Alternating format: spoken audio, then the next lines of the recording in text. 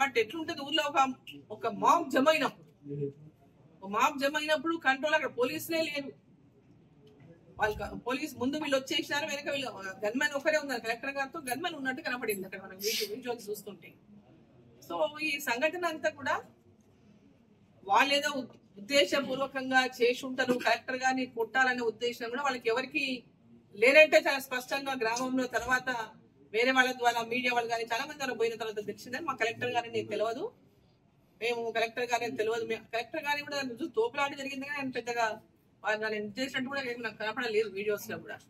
సరే వెంకటరెడ్డి గారు వాళ్ళకి తర్వాత వాళ్ళ చేతిలో దొరికినట్టున్నారు. ఆయన కొంచెం దాడి చేసినట్టు గాయపరిచినట్టున్నారు. సో అల్టిమేట్ గా ఏంటంటే ఇప్పుడు మనం అర్థం చేసుకోవాల్సింది ఇక్కడ, సరే వాళ్ళు 100% వాళ్ళు చేసింటాం అంటే ఎలాంటి క్వశ్చన్ లేదు, వాళ్ళు చేసింది 100% ఆ విధంగా కలెక్టర్ని కొట్టడం అనేది, స్పెషల్ ఆఫీసర్ కొట్టడం అనేది, ఆయన ఆర్డీఓ స్థాయి ఆ వెంకటరెడ్డి గారు కూడా వారిని కొట్టడం అనేది 100% పొరపాటు. బట్ అక్కడ నుంచి ఎన్నికైనటువంటి ఎమ్మెల్యేగా రేవంత్ రెడ్డి గారు ముఖ్యమంత్రిగా ఉన్నారు. ఆ నియోజకవర్గం వారి సొంత నియోజకవర్గం కాబట్టి రైతుల యొక్క మనోభావాలు, రైతుల యొక్క వాళ్ళ ఏ విధంగా వాళ్ళు ఎంత ఆందోళన ఆవేదనతో ఉన్నటువంటి విషయం వారు గుర్తించకపోవడం ఇక్కడ విచారకరం.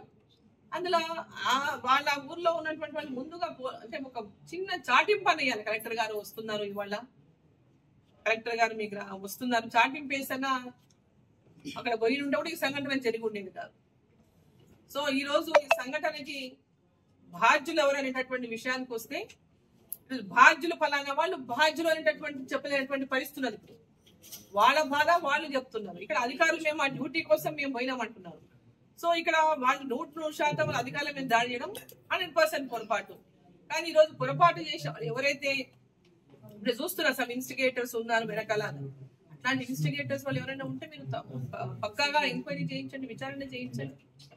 బట్ ఊరు మొత్తం వాళ్ళ ఆవేదన ఉంది, భూములు పోతున్నాయనే బాధ ఉంది. వాళ్ళందరూ ఇన్స్టిగేటర్స్ రారు, ఒక్కరు ఇన్స్టిగేట్ చేసి అంతమంది రారు. సో ఆ విషయాలు ఎవరైనా దాంట్లో ఉద్దేశపూర్వకంగా ఉన్నటువంటి వాళ్ళు ఉంటే మీరు ఎంక్వైరీ చేయండి, విచారణ చేపట్టండి. అటువంటి వాళ్ళపైన మీరు విచారణ చేపట్టి తగిన చర్యలు తీసుకోండి. కానీ గ్రామం మీద చర్యలు తీసుకుంటాము, గ్రామంలో అందరినీ అరెస్టులు చేసి గ్రామంలో ఉన్నటువంటి రైతుల్ని ఇబ్బంది పెట్టేటటువంటి కార్యక్రమం చేయడం కూడా సమంజసం కాదు ముఖ్యమంత్రి గారికి. ఇది వాళ్ళ నియోజకవర్గము, వారి విషయంలో చాలా అంటే ఒక మానవత్వంతో ఆలోచించాల్సినటువంటి అవసరం ఉంటుంది. వాళ్ళు గీత వాళ్ళకి రెక్కాడితే కానీ డొక్కాడనటువంటి వాళ్ళు, అటువంటి వాళ్ళ భూములు పోతున్నప్పుడు వాళ్ళ ఆవేదన, వాళ్ళ బాధ. సో కాబట్టి అది అర్థం చేసుకొని ఇప్పటికైనా ముఖ్యమంత్రి గారు పంతాలకు పట్టింపులకు పోకుండా అక్కడ ఫార్మా కంపెనీలను అక్కడ తీసుకొచ్చేటువంటి ఆలోచనను విరమించుకోవాలి.